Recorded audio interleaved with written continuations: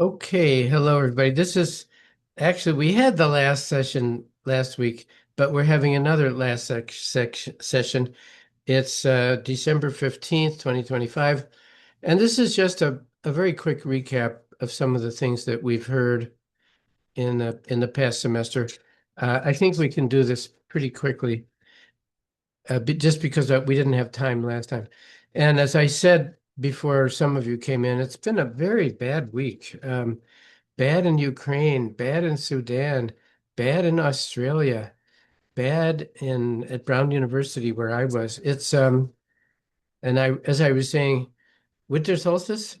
Sometimes, um, to repeat myself, it's tempting to be discouraged, but it serves no purpose to be discouraged. It's best to try not to be. Let's see. Last Thursday, in reviewing some of the things that we've heard, again, this is just a way of recapitulating and maybe making some of it easier to remember. We talked about tactical empathy and causes of conflict and the process of thinking. We summarized some of the things that Jack Kulik told us about cross-cultural communication and history of U.S. diplomacy. Um, I spoke about Kennan and Nitsa, this odd combination of people who had opposite ideas about everything and yet who remained loyal friends throughout their lives. They're not close friends, but they were always cordial with each other. And it's possible that having the yin and yang, the two sides, maybe it was beneficial. Maybe having both of their views incorporated did accelerate the decline of the Soviet Union. We talked about John Agolia, retired colonel who talked to us about the importance of after action reports. The venerable Marvin Kalb, who's now 95 and who was and always is very passionate about the executive power, certainly in the United States, having way too much power and influence. It's as somebody has said recently, it always goes in that direction. You can never pull it back once it's happened. Um, and Kalb is um, is very concerned about the concentration of executive power, especially with the current president, who does things that are sometimes cannot be understood. David Kramer, the former Assistant Secretary for Democracy, Human Rights, and Labor, whose bureau, DRL, used to administer Global Magnitsky. Uh, Global Magnitsky was a wonderful measure. I think it's still being used for targeted sanctions. We mentioned that the threat of sanctions sometimes can be much more useful than the sanctions themselves. Um, it makes the other party, it inhibits bad things sometimes. No measure is perfect when dealing with fanaticism and with gross accumulation of wealth and power. Marcy Shore, who's been a dear friend to this course and who pointed out the importance of dogs in Ukrainian culture. It tells us a lot about a country when we note how do they deal with other mammals. And I've seen in different countries very different behaviors. In some countries, the feral dog, the dog in the street that doesn't have a home, people kick them. In Ukraine, people take them in. There's something about the compassion. It speaks a lot to the compassion of the Ukrainian people. And Marcy Shore highlighted that dogs can be very helpful in dealing with PTSD. Um, Anton Korinovich, the ambassador at large in the Ukrainian Foreign Ministry, fascinating things that he has done. He's represented Ukraine in the International Court of Justice, the ICJ, and was talking about the hundreds of thousands of war crimes that have been committed in this conflict. And he, when I gave him a chance to be not optimistic about it, he didn't take the bait. He said, "We're going ahead with these prosecutions.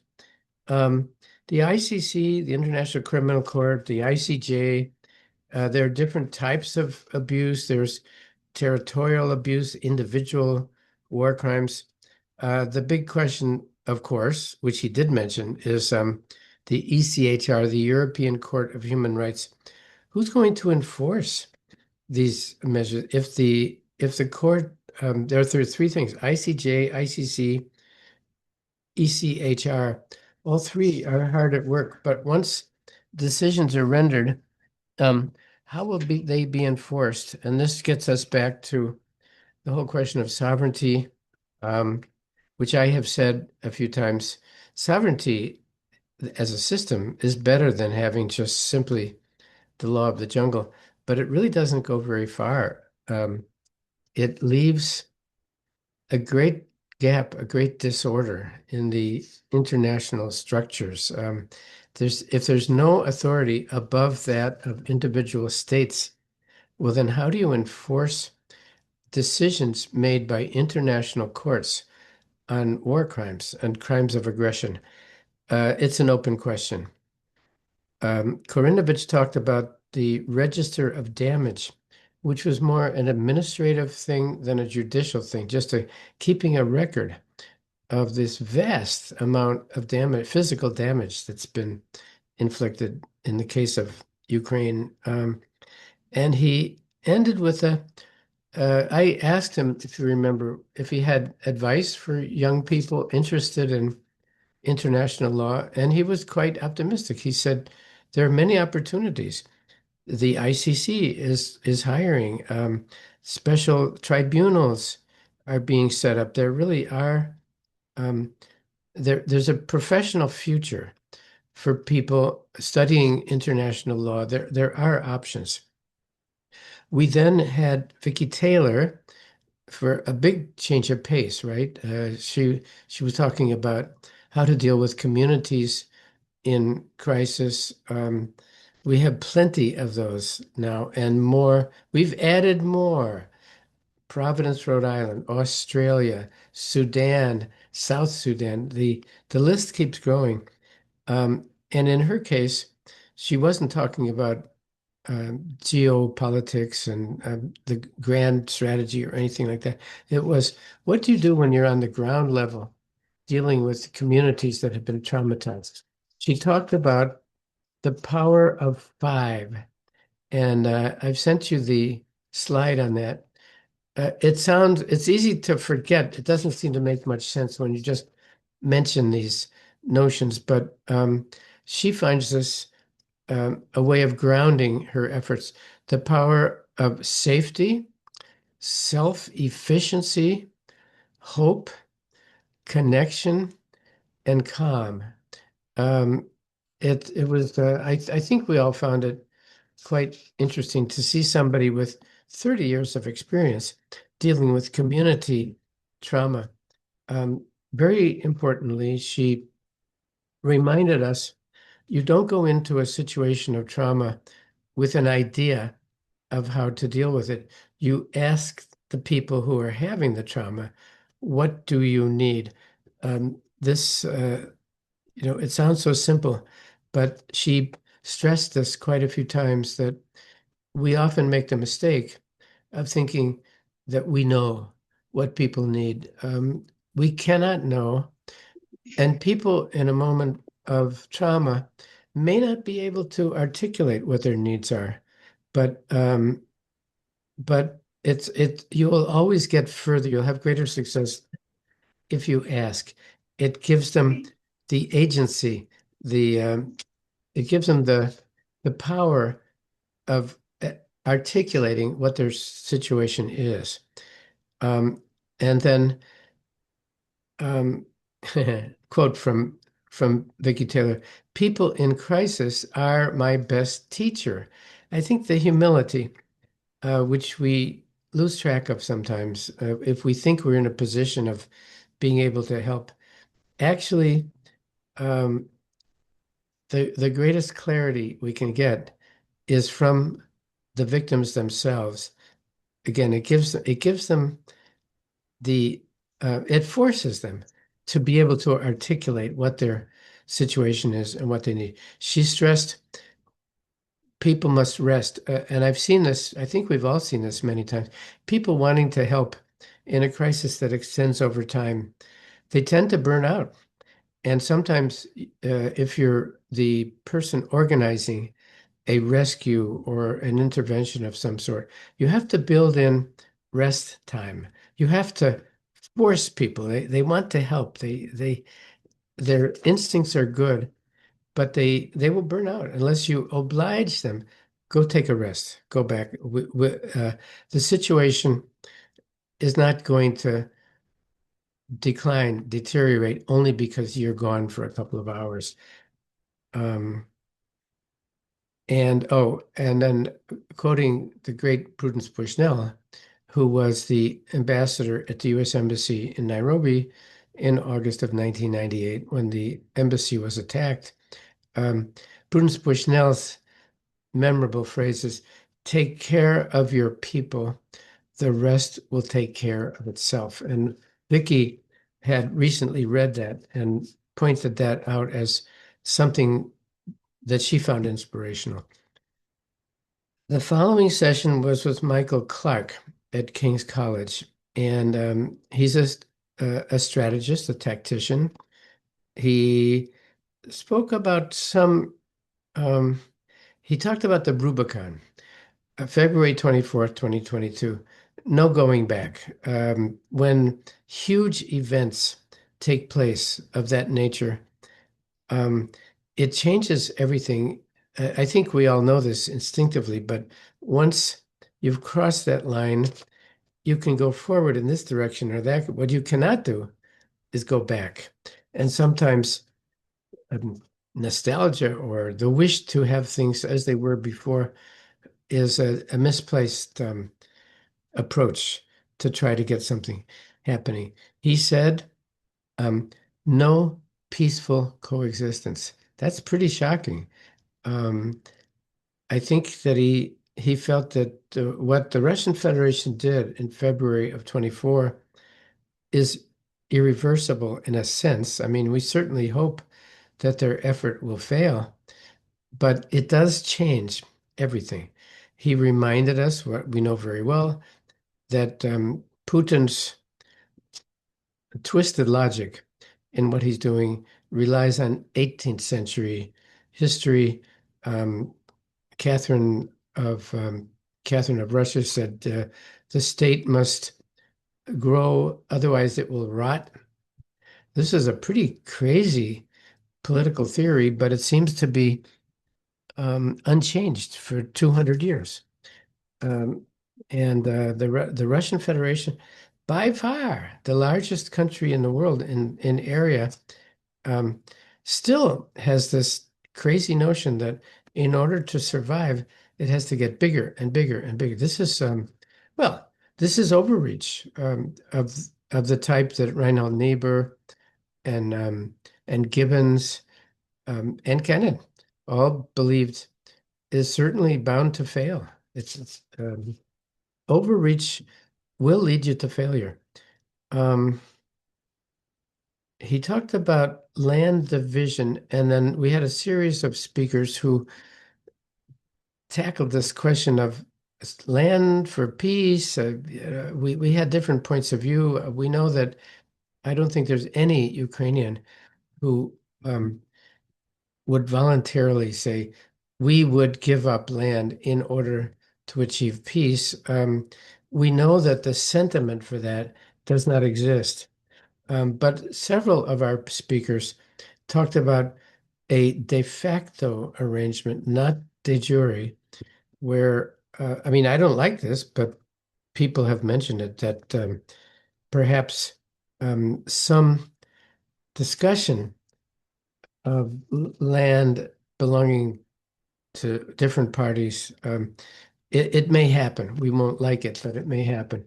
And if it does, we can take it as a de facto development, not de jure. Possibly, that could be a solution to this intractable question of the insistence. I mean, on the one hand, the insistence of Putin that he must be given land, and the Ukrainian constitution, which forbids such a thing.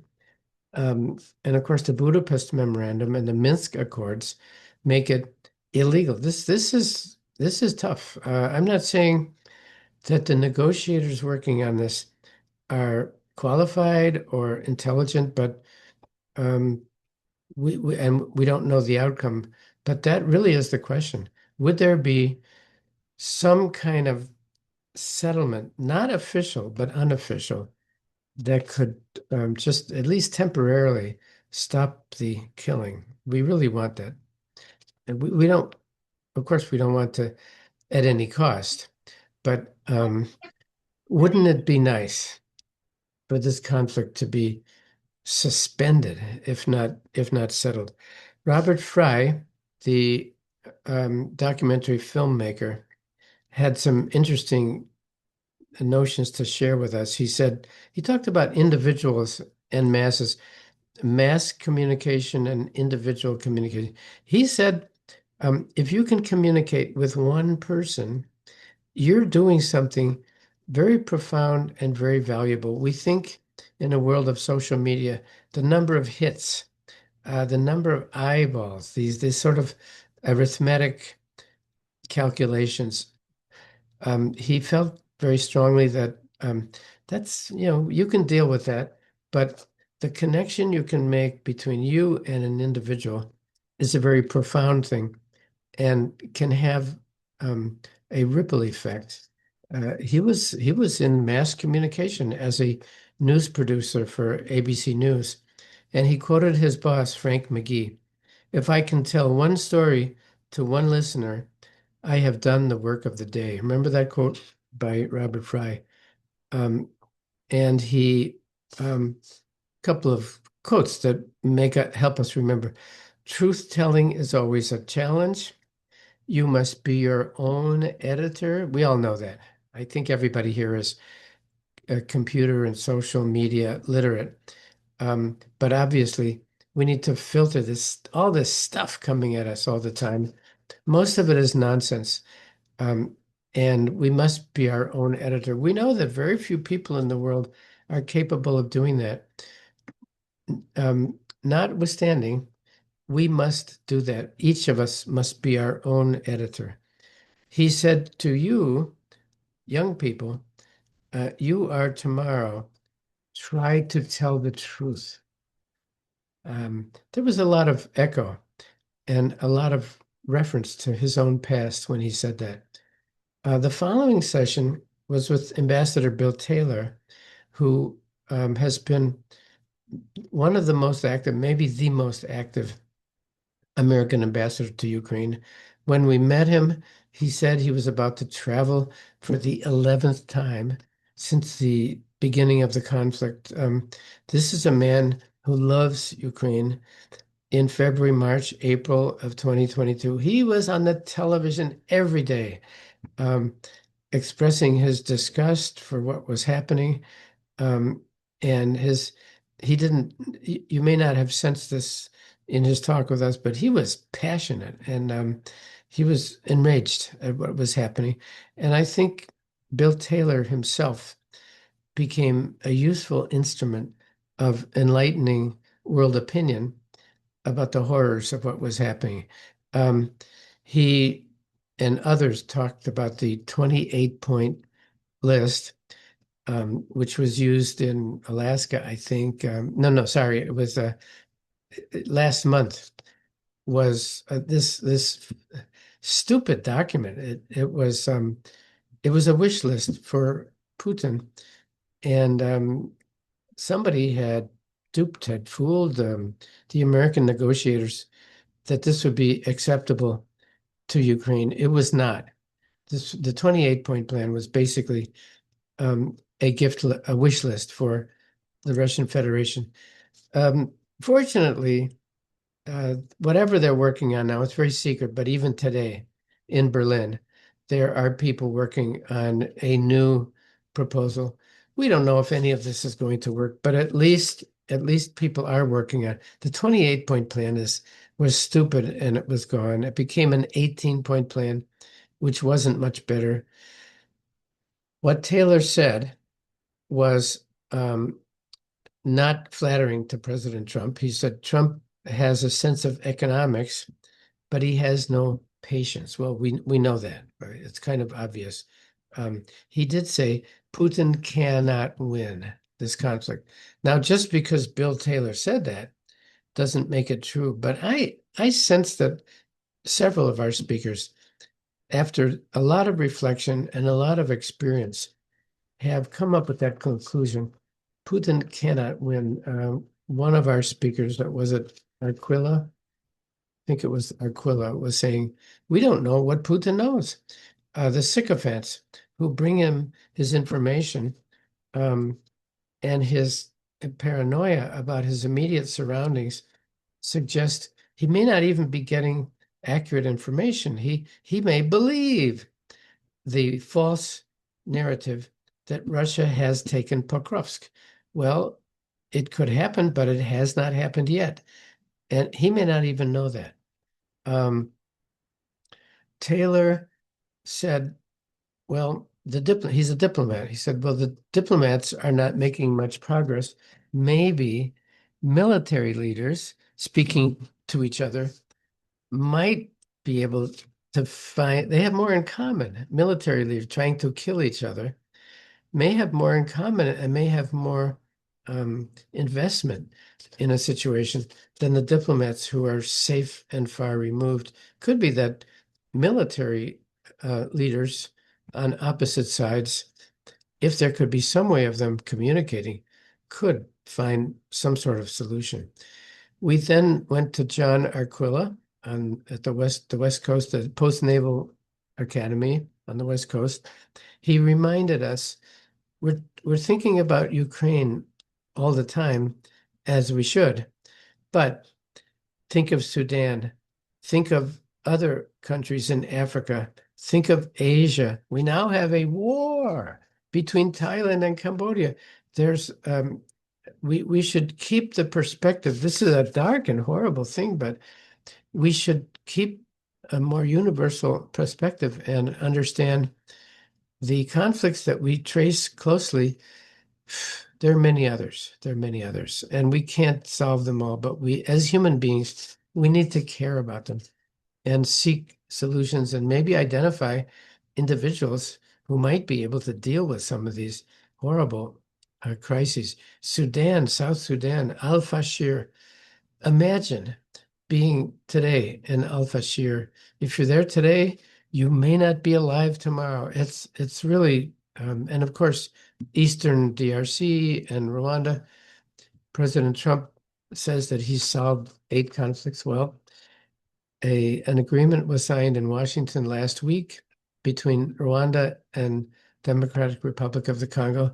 The next day, the fighting became more intense. So just signing things doesn't seem to have much value. Now, Aquila, as a strategist, came up with this idea of swarming. Now, when you hear the word swarm, you think of many, many things, but remember how he mentioned that in the Black Sea, and he mentioned that the Ukrainian naval forces had consulted him, John Aquila, about how to best control the Russian fleet in the Black Sea. And he said, swarming doesn't need to be a great in quantity, but to have many different points of confrontation. He calls it swarming, and he advises that. And apparently, this was the strategy that did work in the Black Sea, driving the Russian fleet. What was left of it, much of it was destroyed, happily, and what was left was driven to the eastern edge of the Black Sea. Did you know that Ukraine now that it has access to the western part of the Black Sea, has been able to export its grain in the middle of this conflict? Ukraine is distributing food in Mauritania and in Mali. Is that not remarkable? What Ukraine has been able to do quietly, efficiently, and in a caring way. This is soft power at its best. Um, Distributing food where it's most needed, and really not getting much credit for it. They probably should be communicating to the world, hey, the Russians tried to destroy our fleet and to prevent the export of our agricultural goods. We're distributing food in West Africa. Um, he also used the term "be light." Be light. Don't be concentrated. It sounds like the opposite of swarming, but when he says swarming, he means many little points of strategy.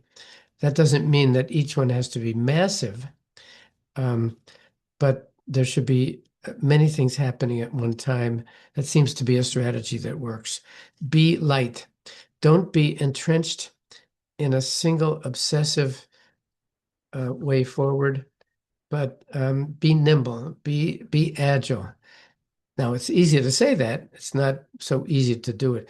He shared with us a sort of a shocking statement. I think many of us were shocked when he said, Putin says he wants a plebiscite in Crimea. Hoist him on his own petard, meaning, okay, well, if he says he wants us, give it to him. And he said, if there's international observation and strict adherence to procedure in a law, maybe having a plebiscite would be better than not having one. Personally, I don't imagine how such a thing could happen. Um, Certainly in the Donbass, I can't imagine that there would be a genuine plebiscite. We know that the Russians staged a phony one 2 or 3 years ago, and people were intimidated, they were threatened, and there really wasn't a fair vote. But maybe his idea is worthy of, maybe we should consider it. If Putin says he wants a plebiscite, let there be a plebiscite um, with guarantees of a fair system. Personally, I don't see how that could happen, but it's certainly worth thinking about, isn't it? And he said, at a moment of relative optimism, all wars must end. That's how he ended his talk. Um, um, we know that when we're in the middle of a conflict, we kind of lose track of that. The great Lawrence Friedman joined us for the following session, and he mentioned the various characters involved in these negotiations: J.D. Vance, Steve Witkoff, Keith Kellogg, Dan Driscoll. Who are these people? They are real estate people. They are military leaders. Where are the diplomats? If there's supposed to be a diplomatic discussion, where's Marco Rubio? He's nowhere. So this is a very odd and peculiar thing that's going on, but it's what we've got, and we should wish them the best, and maybe they'll be smarter in the future than they have been in the past. He Friedman, who does a Substack, by the way, if you can subscribe to Friedman's Substack, you can subscribe for free for the short version. I pay to get the long version. His Substacks are the best in the world, Lawrence Friedman. He goes into tremendous detail on not only on the conflict Russia-Ukraine, but he's written about DRC and other situations. Um, he's the one who said, we don't know what Putin knows because he's surrounded by sycophants who tell him what he wants to hear. And he may not even understand that there is a conflict in Pokrovsk still going on. He may think, he may believe his own propaganda that Pokrovsk has been taken. Now, Friedman ended his comments with two notes of optimism. He said, don't underestimate NATO, don't overestimate the Russian Federation. That was rather hopeful. Friedman doesn't descend easily into optimism. He's not one of these people who wishes and has happy thoughts.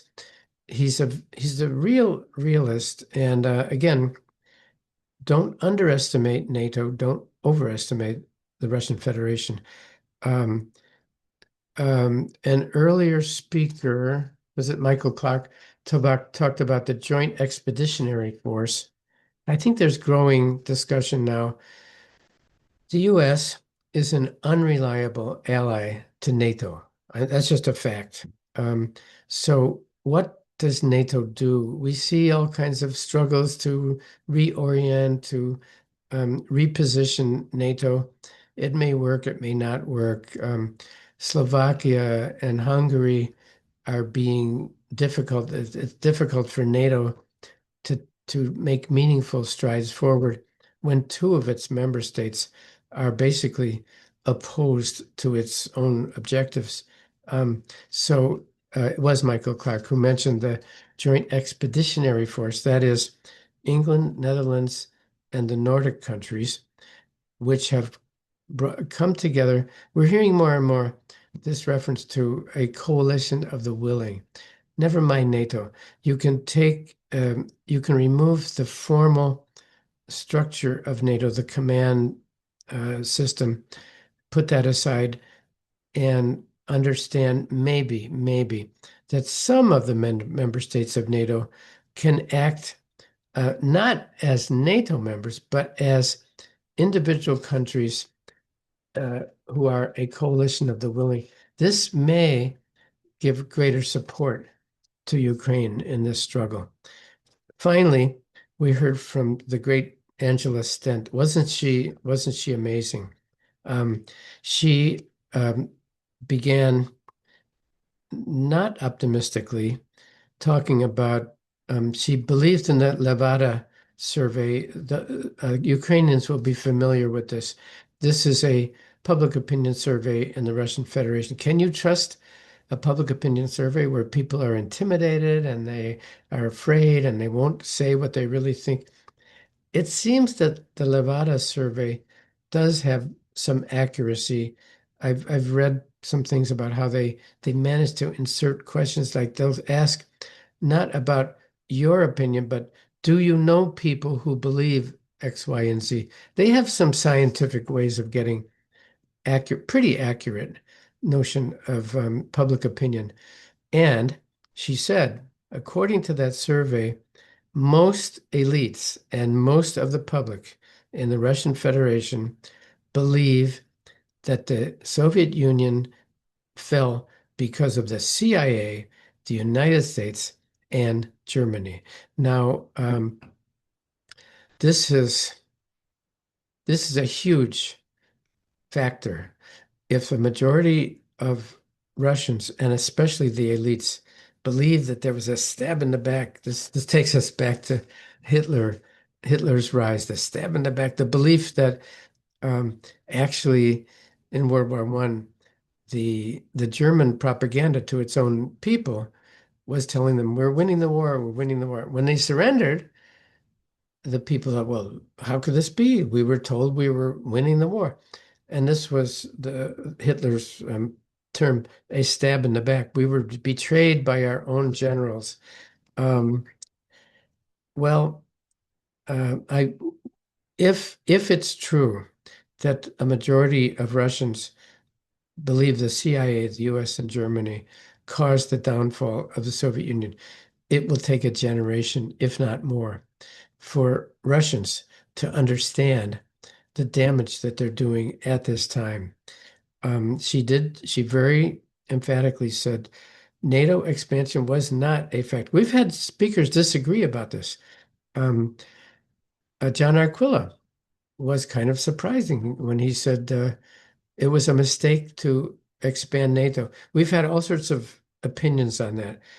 Angela Stent, there's nobody smarter than her, said, well, I know NATO expansion was not a factor that you could point to in as a casus belli for Putin. Putin's statements to that effect are false.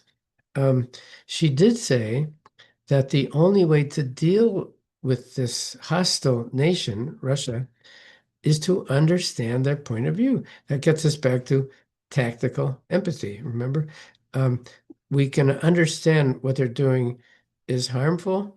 It's based on lies. It's disgusting. But we must understand it if we're going to be able to deal with it. It's so sad that here we are, almost 4 years into this conflict, still having this type of discussion.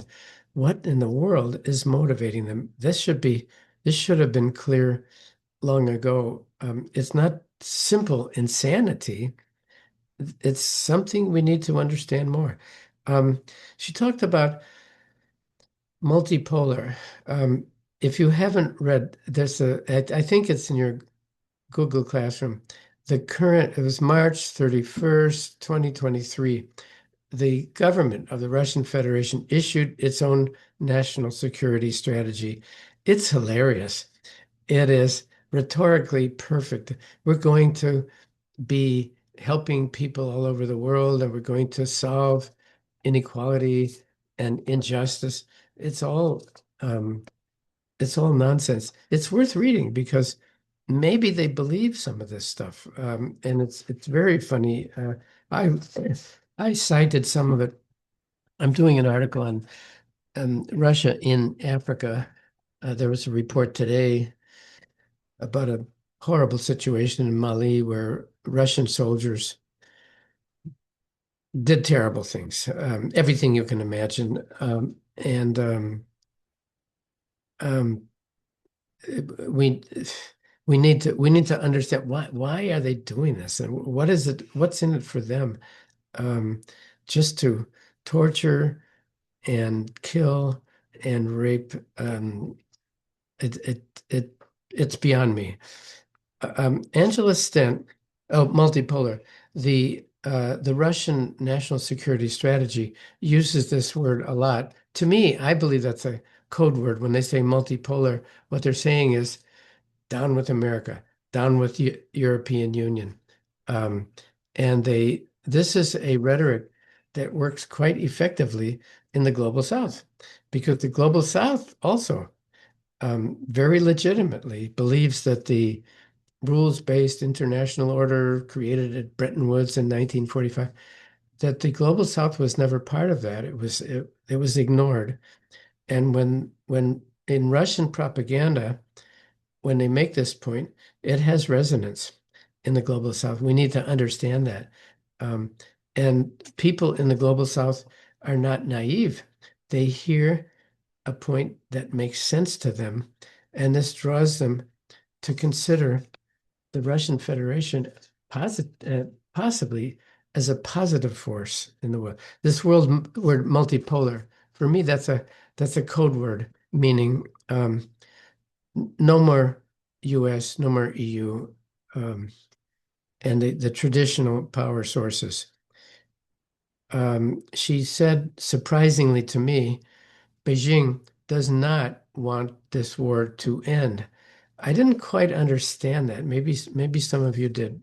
Why would Beijing want this war to continue? I guess perhaps because it makes Russia more dependent on China, and China likes it that way. Um, I think there are some negatives for China. The possibility of sanctions because of their importing Russian oil and gas. I didn't quite understand that, but she said China at this point does not want the war in Europe to end. I asked her at the end, if never mind the 28-point plan, the 18, what is the stent plan? If you remember, I asked her, and here's what she said. She said, try to have a ceasefire at the current line of contact. I said, well, that doesn't sound good. That sounds like a frozen conflict. She said, yes. And maybe it's the best we can hope for. Very, very realistic here. Just say, okay, ceasefire, the way it is. Why? Not because it makes sense, but because maybe it's achievable. Um, Interesting. Then she said, the coalition of the willing could come to the defense of Ukraine in various different forms. There could be There could be military presence. There could be admission into the equivalent of a European Union. The negotiators in Berlin now are apparently President Zelensky said, "Okay, we give up the wish to be in NATO," but I'm guessing he's saying that because there are other arrangements that could provide real security. Article 5, similar type things. Um, I don't know if it would be Article 5, but there could be alternatives to joining NATO. However, joining EU seems to be viable. And there have been signs from the EU that maybe within as short as 2 years, Ukraine could be part of the European Union. That would be lovely. Um, she said, don't be intimidated by nuclear threats. That's a pretty bold statement, isn't it? Uh, many have said that Joe Biden's error was to take threats seriously and to be fearful of nuclear reprisal if the United States permitted Ukraine to use American weapons in the way that Ukraine wanted to. Um, but it's easy to say that in retrospect. At the time, if somebody says, I'm going to use nuclear weapons, I think you have to take that seriously, even if they're bluffing. Um, but she did say, with a bit of optimism at the end, be patient, put more pressure on the Russian Federation. That would be the stent plan. I'm going to very, very briefly look at some things that have been said in previous years of this course. Um, Robert Gates joined us once. You don't get that opportunity very often. He quotes Thomas Hobbes, 18th century British historian. Life is nasty, brutish, and short, very dark vision. Um, and Thomas Hobbes defines hell. This is funny. Hell is realizing the truth after it's too late. It's a nice quote. I'm just going to give you some quotes. Um, he quotes Yoda. Is that Star Wars? The little character, the wise little guy who's 1 foot tall. He says, "Do or do not. There is no try." What Gates meant when he quoted Yoda from the film, um, don't just talk about doing things, either do it or don't do it. Just trying doesn't count. It's a interesting quote. Friedman has said, and we've pointed this out, can't say it too many times. What is strategy? Strategy, he defines it as the reconciliation of aspirations and resources. Try them narrow. He says there's your definition of strategy. Uh, in us, and the final quotes I'll offer today. There's a funny book. I think I've listed it somewhere on Google Classroom. Um, a dialogue conducted by David Ignatius, the journalist of the Washington Post, who some years ago got Brent Scowcroft, the Republican um, national security advisor, together in a room with Zbigniew Brzezinski, a Democratic national security advisor for President Carter. This is a fascinating dialogue because kind of like Nitze and Kennan, they respect each other, they differ. When they have different opinions, they say so. But in many cases, the vision of the world, this is 10 or 15 years ago, some of it is irrelevant. But back when they had this conversation, um, one of the things that was happening, President Obama was using drones. I think you remember this in parts of Pakistan and Afghanistan, using drones to take out um, bad actors. And he was criticized for overdoing it. I mean, nowadays, with drones everywhere, it's almost funny to even question this. But at the time, Obama was liberally permitting the use of drones to eliminate terrorists and um, terrorist leaders. Ignatius Ignatius in this conversation says, if you shoot at the king, don't miss. And Brzezinski responds, that's right. And don't kill too many of his relatives. Um, Yoda, either do or don't do. Don't try. Don't try. If you're going to do something, do it. I'm not good at this, but this is people who are able to use strategy effectively seem to embody this concept. Go all the way. Once you've decided, do it. Don't stop in the way. The mistake I think that Biden made in just giving a little bit more to Ukraine. It was kind of an agonizing process, wasn't it? Um, and then finally, Brzezinski quotes Reinhold Niebuhr, the theologian who was the inspiration of the Obama foreign policy. Niebuhr, I think this is very relevant. He said in 1937, he said, the more the state declines, the more it proclaims its superiority.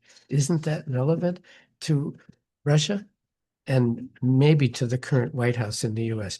I want to share, and you may have comments. Let's see. Mm, I see there's some.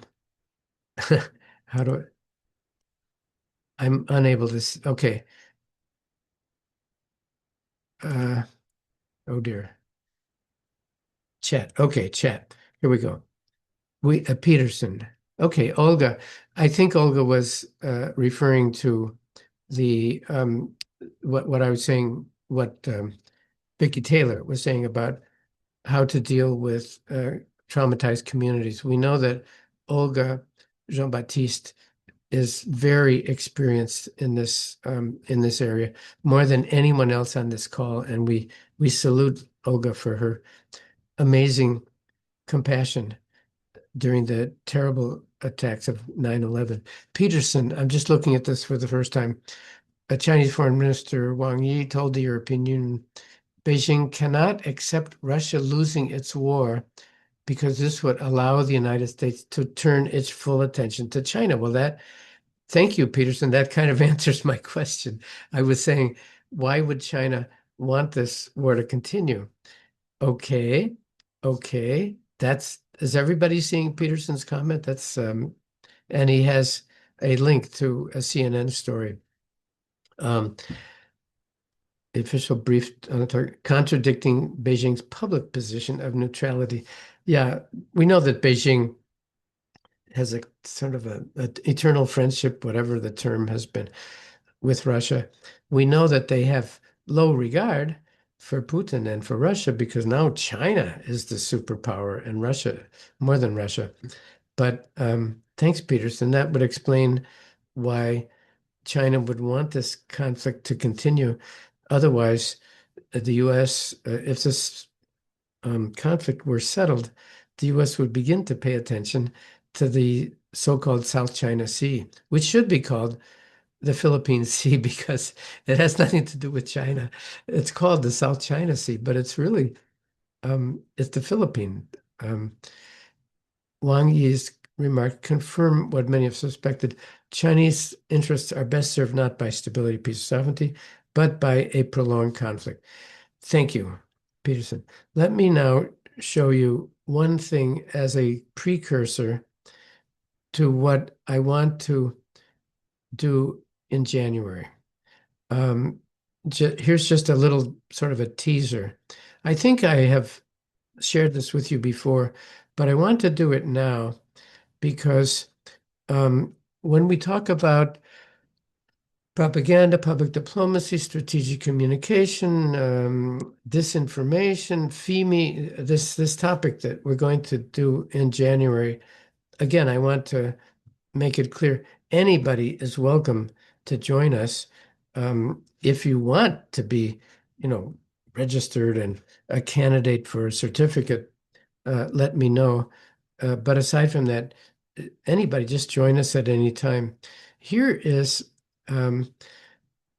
a way of responding to FIMI, to foreign information and malign interference, which I think had some potential. The tragedy here is that the Trump administration has removed the government office that created this platform. Um, now, so that's a self-damaging action on the part of the White House. But I wanted to just share this with you. I'm going to go through this. I think I've done it once before. I think this is an effective way of constructing a narrative that would challenge the Russian lies about what's happening. This goes back 3 years.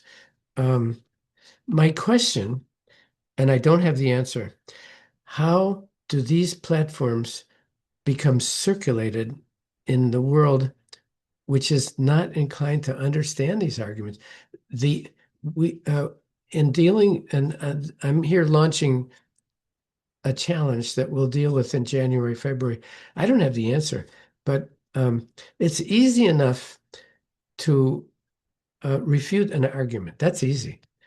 What's difficult is to make your message known in places where it matters. For example, in Africa, uh, in the Sahel region of Africa, I don't personally know. We know that we saw the many photos of Africans celebrating the coup d'etat in Niger, in Mali, in Burkina Faso, in Guinea, um, in Gabon, people celebrating a coup. This is a new phenomenon. But together with these celebrations, they were raising the Russian flag. Now, these people are not naive. They are sick and tired of incompetent civilian rule, which they have elected and which has disappointed them time after time. They're sick and tired of colonial forces, France in this case, in the Sahel, um, and they want something new. And Russia offers them a new vision, multipolarity. Ah, now you're speaking my language.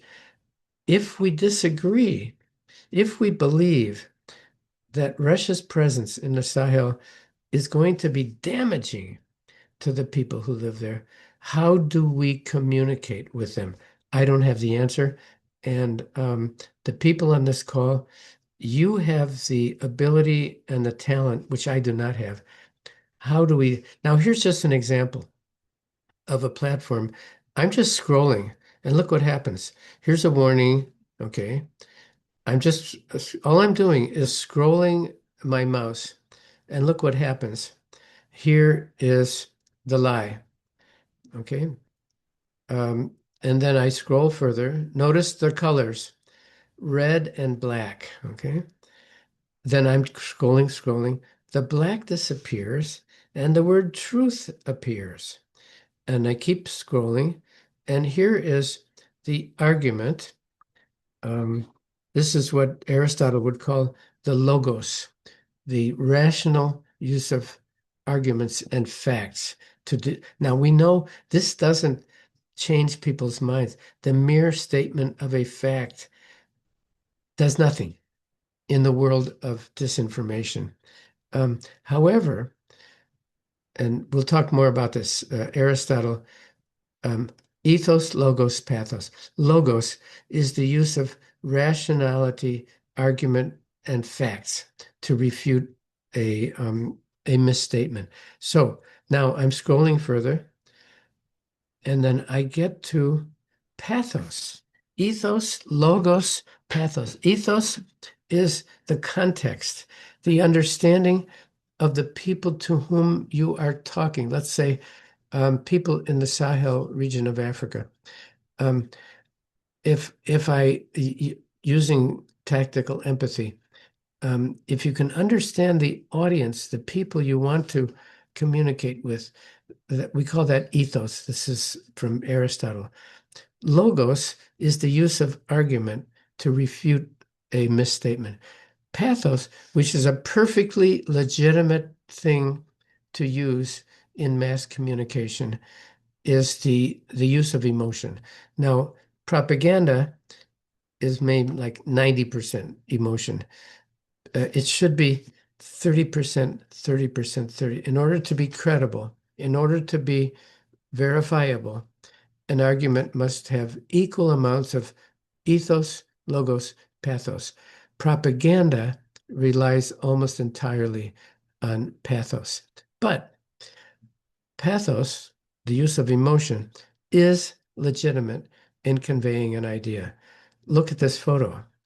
Doesn't it tell you a lot? Okay, and I'm going to just I'll do one or two. I think this is a remarkable platform. And then we take another lie, and here we go. Ultra-right punitive, and taking punitive. The Ukrainian military has been nasty to Russian speaking regions. Okay, we know that's part of the Kremlin propaganda. Now, black and red. Then I keep scrolling, and we get the word truth. And here we get a fact. This is logos. No ultra-right political forces came to power in 2014. Now, that's a statement. Okay, all right. That's not going to change a person's mind, but it will plant the seed of an idea.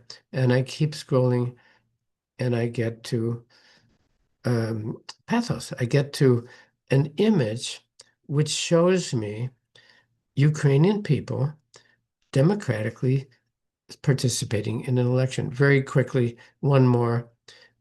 The Minsk agreements, poor treatment of Russian-speaking segment. That's a lie. The truth is, the Russian Federation initiated the war in the Donbass. I mean, we know that. But the mere statement of a fact doesn't change people's minds. And so we get to this really remarkable photo. I just wanted to share that with you as a kind of a precursor of the sorts of things I would like to try to discuss in January, February. Again, I can raise questions. I don't have the answers. And I believe that you on this call may have some ways of sharing ideas with people who would be well served to know those things and which have no access. They have no access because their social media is loaded with propaganda, exaggeration, self-serving lies. I don't know the solution to this. I'm just saying, let's look at this together. On January 5th, I'll give a very general background on where this word propaganda, where does it come from? It comes from the Catholic um, Reformation after the Protestant Reformation of the 15th, 16th, early 17th centuries in Europe, when the Catholic Church decided to try to convince people that Protestantism was wrong, they created this thing called propaganda. So we'll go back to that source, and that was their word. Um, we'll go back to that on January 5th and get a general background, and then we'll proceed. We will have the former director of Radio Free Europe, Radio Liberty, Tom Kent, will join us. Um, Jill Doherty has said she will join us. She was the Moscow correspondent for CNN for 10 years, and she's very, very upset at what Russia has been doing recently. So that's just a teaser of what we will get to in January. That said, I would say happy end of the year. I don't, it sounds a little silly, doesn't it, with all these terrible things happening. Um, but here we are. We're working together. We're going to we're going to try to see what we can do as a group to both to make ourselves the editor, as Bob Fry encouraged us to do, and to maybe find ways of communicating the truth. Now, Abisage, what do you have? Thank you, Dan. Can you Yeah, hear me? I can. You're on. Yep, we Thank you hear so you. much. I just wanted to appreciate you bringing this to us again. As Kenyan students, this cohort, we don't take it for granted, having that it's ideally meant for the Ukrainian students. And It- your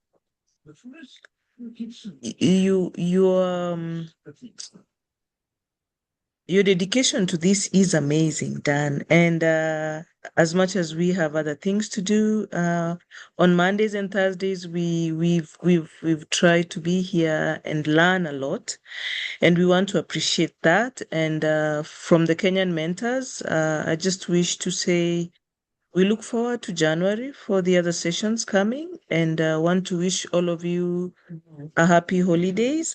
But besides that, one of us, our mentors, Becky Ndeto, she lost her father, oh, but we I will know. be with her tomorrow. Yeah. And we'll let her know that the class Yeah. has come to an end, but we really appreciate what you're doing Yes. for us, and we don't take it for granted. Yeah. Thank you, Dan. You're the Yeah. best. Abisagi, you're too kind. I need to say, from my part, how amazing the Kenyan phenomenon has been. Suddenly, 40 people in Kenya. You are an amazing group. The four mentors, you and Becky and the two others have done remarkable things.